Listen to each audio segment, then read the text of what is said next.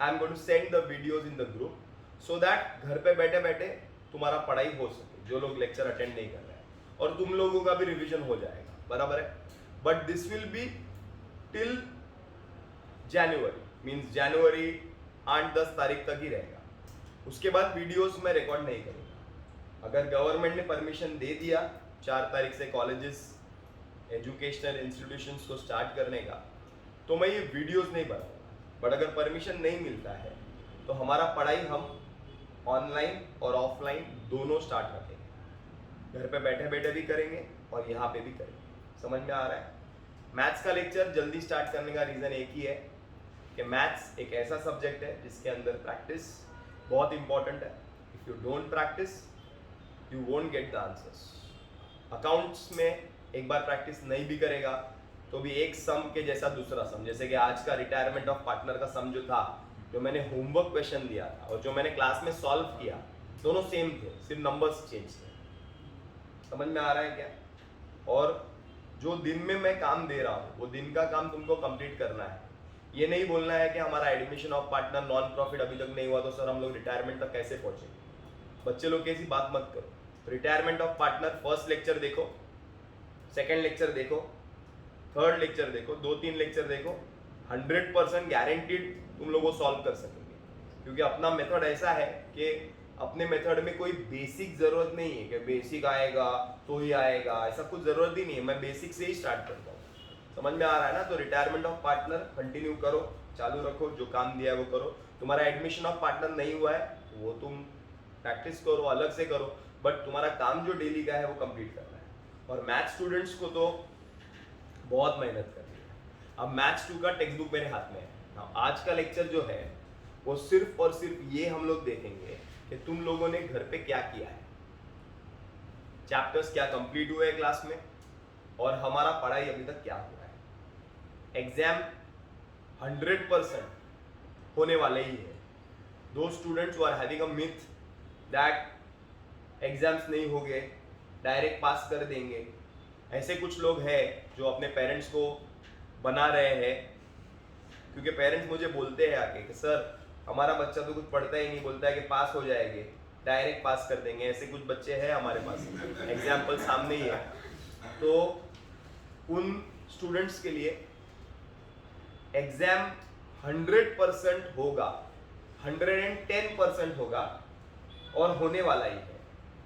99% exams will be offline, college में जाके paper लिखना पड़ेगा। 99%। There is 1% chance that the exams may be online.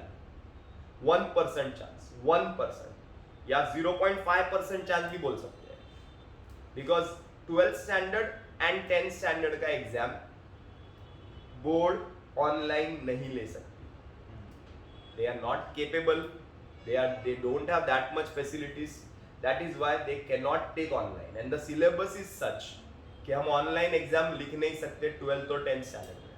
That is why we will have offline exams, and whenever the college is starting they will be in a hurry, they will tell you that the portion is completed, exam लिखना है मतलब लिखना ही है, and you cannot do anything. Those students who have not done anything till December 2020, chance है नए साल में नई शुरुआत कर सकते हैं। नए साल को कुछ ही दिन बाकी है, तो नए साल में हम लोग नई शुरुआत कर सकते हैं और हम पढ़ाई कर सकते हैं। टाइम है हमारे पास, 3 से 4 महीने का टाइम भी बहुत हो गया।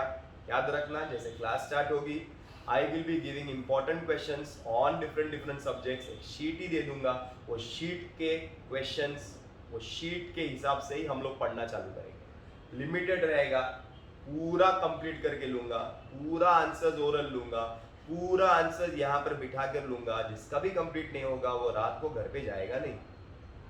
रिकॉर्ड टाइम अभी तक मैंने छोड़ा नहीं है क्लास में 12th स्टैंडर्ड के बच्चों को। रिकॉर्ड टाइम है 11:40। 11:40 तक मैंने बच्चों को यहाँ पर बिठाया है, कंप्लीट कराया है, फिर छोड़ा है, पेरेंट्स आए हैं लेने के लिए। रिकॉर्ड टाइम है। ये बैच में कोई रिकॉर्ड टाइम तोड़ सकता है, कोई रहेगा घर पे बैठा हुआ तो वेल एंड गुड, मैं रुकने तैयार हूँ। मैं अगर इधर रुकता हूँ तो मेरा खाने का बंदोबस्त इधर हो जाता है, कोई प्रॉब्लम नहीं है।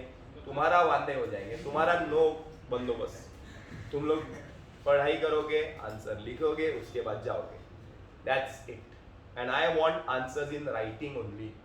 Oral answers are not accepted because board exams written है, तो आई वांट रिटर्न आंसर्स। समझ में आ रहा है? So not talking about different subjects. Accounts का तो बहुत अच्छा पढ़ाई हो रहा है अपना, मेरे हिसाब से तो अकाउंट्स का जितना अपना हो रहा है मेरे हिसाब से ऐसा किसका भी नहीं हो रहा है। कोई भी पीपीटी पे अकाउंट्स करता होएगा, कोई भी कराता रहेगा कॉलेज में, पीपीटी पे अकाउंट्स कराता रहेगा। जोक है, पीपीटी पे अकाउंट्स कैसे कराते हैं मेरे को नहीं समझ में आता। अकाउंट्स के लिए क्लासरूम टीचिंग में ही बहुत फर्क पड़ता है। और जितना हो सके अपने वीडियोस का क्वालिटी देखेंगे तो तुम लोगों को मालूम पड़ेगा कि जमीन आसमान का फर्क है। पूरा क्लियरिटी के साथ वीडियोस निकालता हूँ जूम करके। समझ में आ रहा है क्या? तो कॉन्सेप्ट ये है कि वो छोड़ दो, बात करते हैं मैथ्स 2 की। मैथ्स 2 में अभी तक क्या क्या हुआ है। मैथ्स 2 में chapter number 1 commission, brokerage and discount. Now there are 3 parts of the chapter. One is commission, the other is brokerage, and the third is discount. Out of these 3 parts, I have completed with commission and brokerage. The discount part I did not teach. The reason I did not teach the discount part was I wanted you all to understand a topic which was called as bills of exchange first. Because those students who don't know what is bills of exchange, who don't know what is a maturity date, what is a legal due date, who don't know what is a bill, when it matures, bank में discount कब होता है, तो तुम लोग ये chapter कर नहीं सकते। बिकॉज बिल्स ऑफ एक्सचेंज का बेसिक नॉलेज होना चाहिए। एंड बिल्स ऑफ एक्सचेंज मैं ऑलरेडी करा चुका हूँ, तो बिल डिस्काउंट मुझे कराना चाहिए डिस्काउंट भी, बट मैंने नहीं कराया। तो मैंने सोचा कि मैं बिल्स ऑफ एक्सचेंज के बाद कराऊंगा, लेकिन फिर वो पोस्टपोन हो जाएगा। और मैथ स्टूडेंट्स हमारे इतने अच्छे नहीं है जो वीडियोस रेगुलर देख रहे थे। मैथ स्टूडेंट्स में 4 व्यूज, 6 व्यूज, 5 व्यूज ऐसे व्यूज आते थे।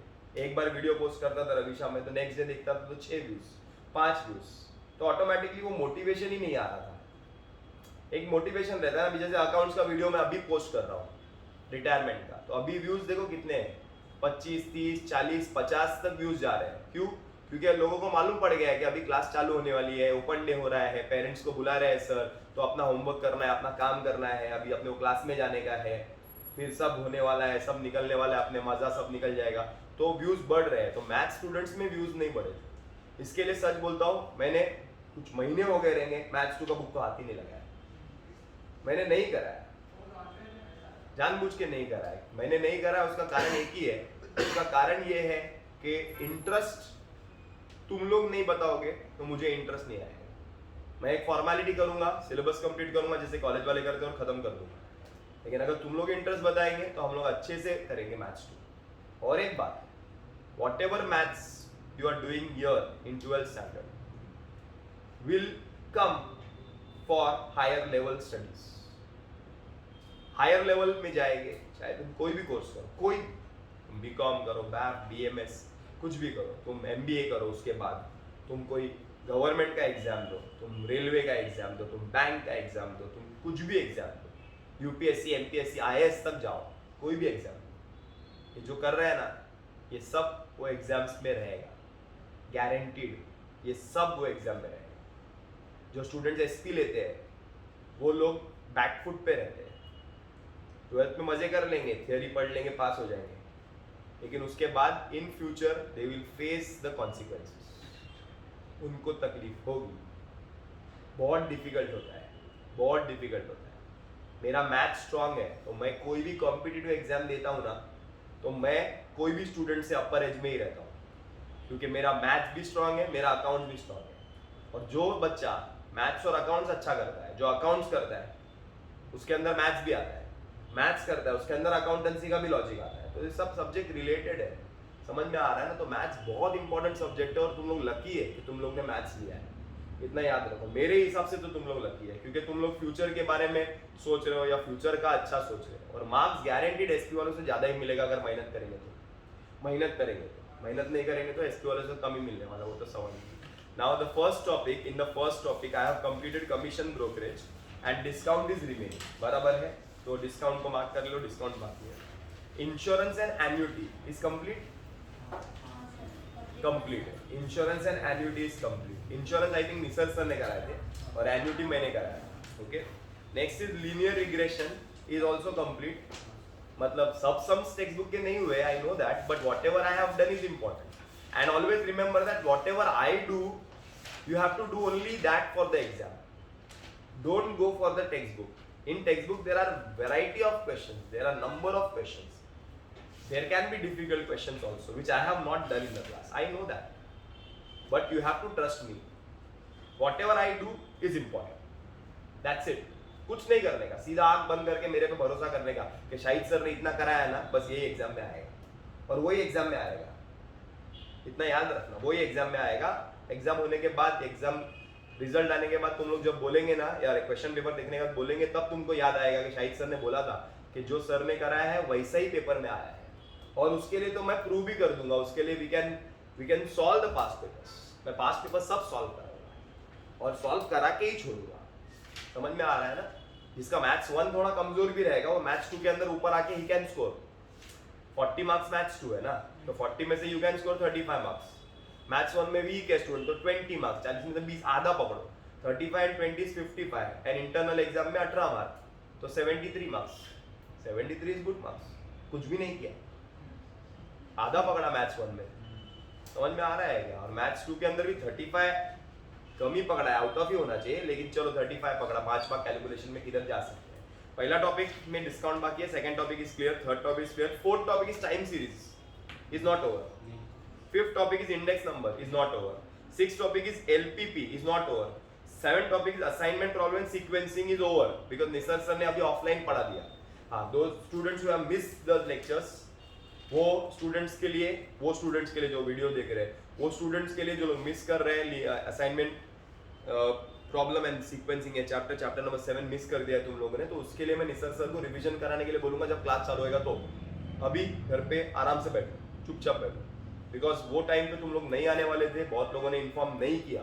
तुमको इन्फॉर्म करना चाहिए था कि सर हम लोग क्लास में नहीं आ सकते, हमारे पेरेंट्स नहीं भेज सकते, आप वीडियो भेजो वो लेक्चर का. तो मैं वीडियो भेजता था. बाद में लेक्चर के बाद 2-3 स्टूडेंट्स ने बोला कि सर हमारे को वीडियो चाहिए, तो मैंने अभी से चालू किया है video recording. Okay.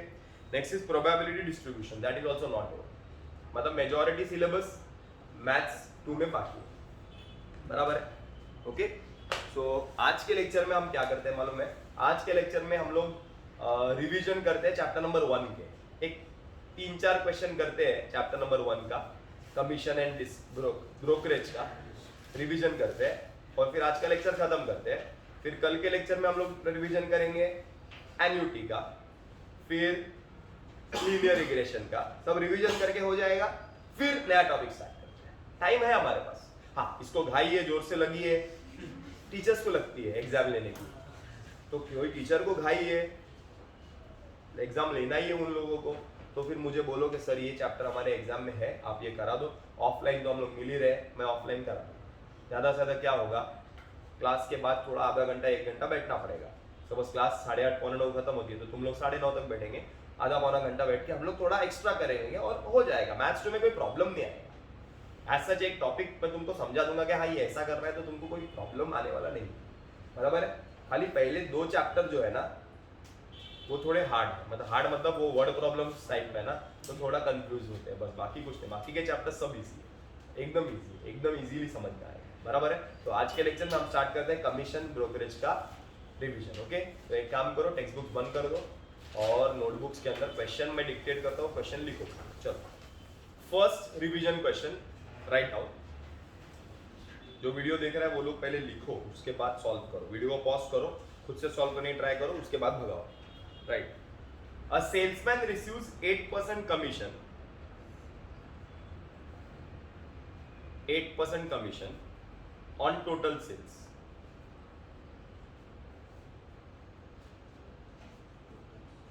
If sales exceeds 20,000,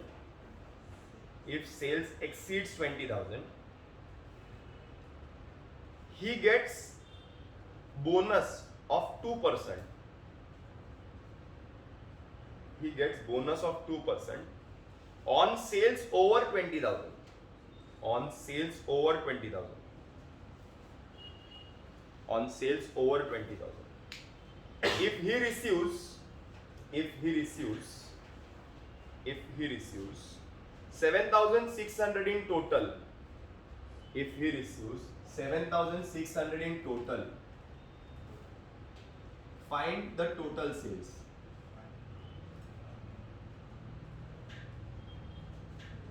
Find the total sales. Find the total sales. Now all of you look here. Look here. The sum is based on commission. Commission. Now once again, topic number 1 and topic number 2 are those topics which are word problem based topics. Now when it comes to word problems, always remember that many students will find word problems difficult, confusing because English है. Fact तो ये है, because English में sentence दिया रहता है, बोले 2% काय के ऊपर है, 2% 5% है, बहुत कंफ्यूजन ऐसा रहता है. मैं मानता हूँ ऐसा रहता है, but the more you practise the more confident you be, because same question मैंने किया और यही क्वेश्चन एग्जाम में आ गया तो तुम बोलेगा अरे सर इतना इजी था. थोड़ा ट्विस्ट करके आएगा तो थोड़ा कंफ्यूजन होएगा, लेकिन थोड़ा पढ़ना पड़ेगा. एक सेल्समैन है, उसको 8% कमीशन मिलता है टोटल सेल्स पे. Let total sales be x. Total sales find करना है ना, तो let total sales be x. He is getting 8% commission on total sales. Therefore, commission at the rate 8% on total sales will be sales x 8% is 8x upon 100. Any props? No props. Sales पे 8%, तो sales x पे 8%, x into 8 upon 100. 8% means 8 upon 100. He is getting a bonus also. But bonus कब मिलता है उसको? जब वो cell 20,000 से ज्यादा करता है तो उसको बोनस भी मिलता है. अभी अपने को तो मालूम ही नहीं उसने 20,000 से ऊपर सेल किया है कि नहीं किया, बट ये अज्यूम करना पड़ेगा कि उसने 20,000 के ऊपर सेल किया है. मान लो कि उसने 25,000 का सेल किया है, तो 20,000 के ऊपर कितना सेल किया है? 5,000. मान लो उसने 24,000 का सेल किया है, तो 20,000 के ऊपर कितना सेल किया है? मान लो उसने 28,000 का सेल किया है, तो 20,000 के ऊपर कितना किया है? 8. वो 8,000 पे is getting a bonus of 2%. 20,000 के ऊपर जितना करेगा उस पे बोनस मिलेगा. Sales over ₹20,000 is nothing but total sale x minus 20,000. Total sale 28,000 है माइनस 20,000 मतलब 8,000. तो टोटल सेल्स ओवर ₹20,000 कितना किया? 8,000. कैसे मालूम पड़ा? Total sale minus 20,000. तो मालूम पड़ेगा ना कितना ऊपर किया, तो x माइनस 20,000. अरे बराबर, अरे क्लियर है. इसके ऊपर उसको क्या मिलता है? बोनस. कितना? 2 upon 100 into x minus 20,000. 2x upon 100 minus 2 into 20,000 upon 100. So answer will be 2x upon 100 minus 40. अरे बराबर ना, सॉरी 400 minus 400. ये बोनस हार्ड क्यों लग रहा है? क्योंकि x के टर्म्स में इसके लिए हार्ड लग रहा है, बाकी है ही नहीं, गटर एकदम थर्ड क्लास है. ये कमीशन, ये बोनस, टोटल मिला के अर्निंग दिया है उसका. कितना है total earning? Total earning is 7,000. It is nothing but bonus, sorry commission plus bonus is equal to 7,600. 8 plus 2 10x upon 100 is equal to 7,600 plus 400. बराबर. x upon 10 is equal to 8,000. x is equal to 8,000. Total sales is 80. Easy के hard? Easy. Start. Right, next question. Mr. Anand charges 10% commission on cash sales. 10% commission on cash sales. 10% commission on cash sales. And 8% commission on credit sales. 8% commission on credit sales. 8% commission on credit sales. On credit sales. Overall commission is 8.8%. Overall commission is 8.8%. Overall commission is 8.8%. Find the ratio of cash sales to credit sales. Find the ratio of cash sales to credit sales.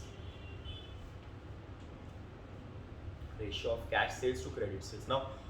Now see, Anand charges 10% commission on cash sales and 8% commission on credit sale. ऐसा बोला है, बराबर ना? Do we know the cash sales made by him? No. Do we know the credit sale made by him? No. So what I will write? Let cash sales made by Mr. Anand be X and credit sales made by him be Y. So the cash sale is X and credit sale is Y. It is very simple. Cash sale पे कितना commission लेता है वो? Commission on cash sales कितना लेता है? 10%. Very good. Commission on cash sales is 10% of X. That is, चलेगा ना? ऐसे ही रखो ना, काहे के लिए 0 भी कट कर दो, ऐसे ही रखो. 100 रहेगा तो सबका 100 रहेगा तो एक साथ 100 ही काट देंगे, बराबर ना? आगे चलते हैं. कमीशन ऑन क्रेडिट सेल्स, बोलो ना. 8%. That is 8 upon 100 X. Sorry. Very good. Y. बराबर है. Now overall commission is given. Overall commission means total sales पे.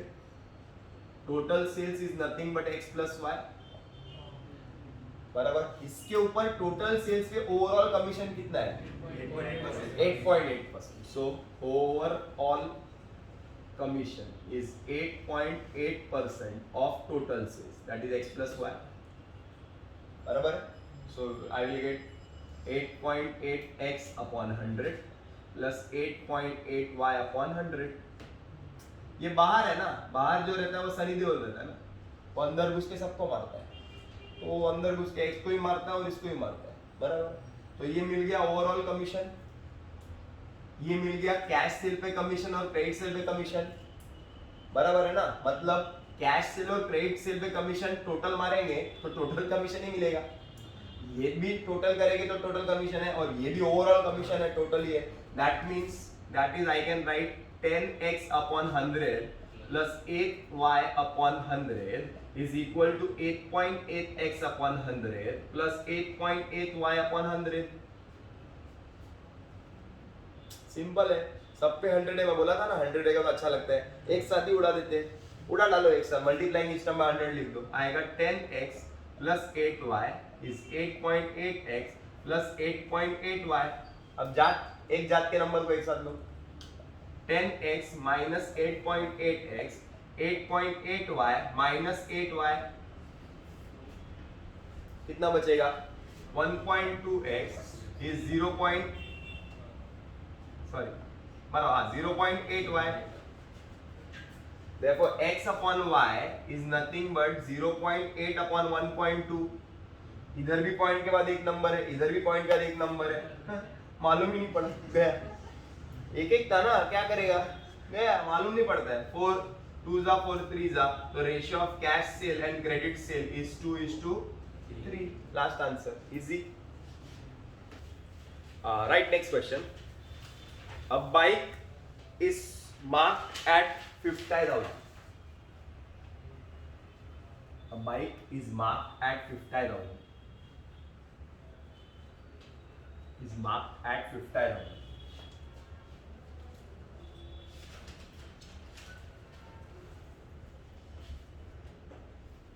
A retailer allows a discount of 16%. A retailer allows a discount of 16% and still gains 20% on cost and still gains 20% on cost. Find purchase price of the retailer. Find purchase price of the retailer. Now see, this question is based on discount, but it is not related to bill, and this sum I have covered. पहले ऐसा sum मैंने कराया है. I had given you all two formulas if you remember. First formula was very good. Mark price or listed price minus trade discount is equal to invoice price. Invoice price minus cash discount is equal to net selling price. These are the two formulas of this discount chapter नहीं है, but the part. Clear? Now in these two formulas, one thing is very clear. If mark price is given, I can find the invoice price, because अगर एक ही discount रहेगा तो mark price दिया है, मतलब एक प्रोडक्ट की शक्ल पे लिखा है कि वो है 50,000 का, लेकिन सेलर दे रहा है 10% डिस्काउंट, तो 50,000 का 10% इज 5,000, तो वो सेलर कितने में बेच रहा है? 45,000 में. दो डिस्काउंट नहीं है, एक ही डिस्काउंट है. हो सकता है. तो मार्क प्राइस में से वो डिस्काउंट जाएगा तो सेलिंग प्राइस आएगा डायरेक्ट, लेकिन दो डिस्काउंट है. पहला ट्रेड डिस्काउंट है, तो पहले मार्क प्राइस 50,000 का, उसमें से 10% ट्रेड डिस्काउंट गया तो इनवॉइस प्राइस आएगा 45,000. फिर 45,000 में और डिस्काउंट दे रहा है सेलर, बोल रहा है और ले लो 10% कैश डिस्काउंट भी ले लो.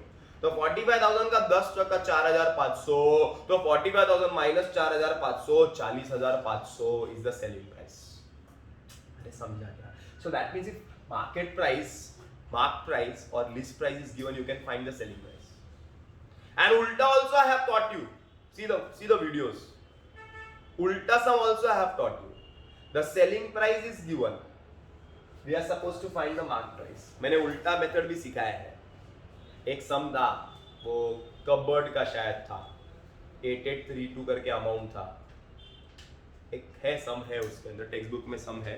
वो सम पे वो डिस्काउंट आता है, तो वो तुम लोग को मैंने सिखाया है. सम नंबर 13 8832 बराबर अमाउंट भी दिया है. पेज नंबर 6 सम नंबर 13. तो पेज नंबर 6 पे सम नंबर 13 ऑलरेडी मैंने कराया है, और वो वीडियो सबके लिए रखा है. मतलब कोई भी तुम्हारा दोस्त भी कोई दूसरे क्लासेस में जाता है तो वो भी देख सकता है, वो मेथड भी वो सीख सकता है, कोई प्रॉब्लम नहीं है. लेकिन बाकी के वीडियोस जो है अपने अनलिस्टेड है, तो वो वीडियो सबसे शेयर मत करो जबरदस्ती. समझा ना? फुकट में पढ़ाने का इतना मेरा ये नहीं है. कुछ लोगों ने फुकट में लेकिन बहुत पढ़ा है लॉकडाउन में. फुकट में पढ़ा है, मतलब पूरा वीडियो ऐसा कर दिया, पब्लिश कर दिया, बोला कि देखो सब लोग, कुछ गलत पढ़ा रहा है तो भी देख लो. ऐसा भी किया, तो ऐसा भी किया है. लेकिन इतना फुकट में पढ़ाने ऐसा नहीं है. अपना अगर मैं कोई मेथड पढ़ा रहा हूँ या कुछ अच्छे से कोई ट्रिक दे रहा हूँ, तो वो सिर्फ अपने स्टूडेंट्स के लिए ही रहेगी. जो लोग फीस भर के क्लासेस ज्वाइन किए हैं उनके लिए रहेगा, बाकी लोग के लिए नहीं है. सिंपल सा लॉजिक है. तो वो 13 वाला सम ऑलरेडी है, वो देख लेना तुम लोग. अभी ये वाला सम देख लेते हैं. सम नंबर जो भी है, a bike is marked at 50,000, मतलब बाइक का mark price of a bike is equal to ₹50,000. बराबर है. The seller gives a discount of 16%. Seller उस पे 16% डिस्काउंट देता है. कितना परसेंट डिस्काउंट देता है? 16%. तो mark price less discount is equal to selling price.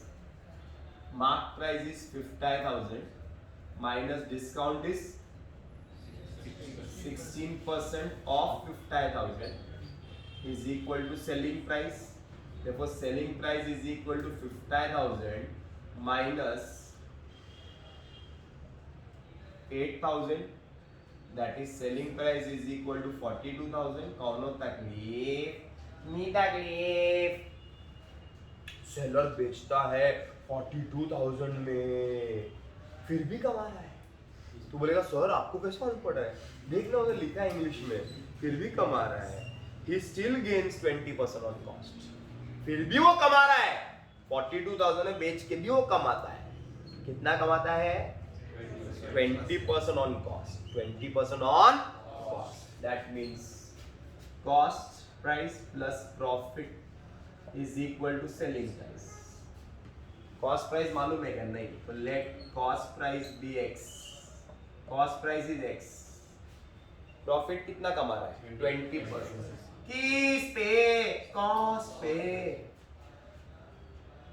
Selling price कितना है? 42. X plus sorry x plus 20x 0 काट दूंगा. 2/10 x इज इक्वल टू 42. नीचे 10 है, मल्टीप्लाइंग ईच टर्म बाय 10. तो 10x plus 2x is equal to 4 2 1 2 3 एक और 0 आ जाएगा. So 12x is equal to 4 2 1 2 3 4. x is equal to 4 2 divide by 12. 12 1 जा 12, 12 3 जा 36, बचेगा 6 0. 12 5 जा. Therefore x is equal to 35,000. मतलब उसका कॉस्ट प्राइस जो है वो कितना है? क्या फाइंड करना है? कॉस्ट प्राइस ना, परचेस प्राइस. तो उसने खरीदी कितने में किया था? 35,000. बराबर है ना? समझा ना? 35,000 में खरीदी किया, फिर उसने बेचने के टाइम पे 42,000 में बेचा, लेकिन लिखने के टाइम पे कितना लिखा? प्रोडक्ट पे 50 लिखा. अरे समझा क्या?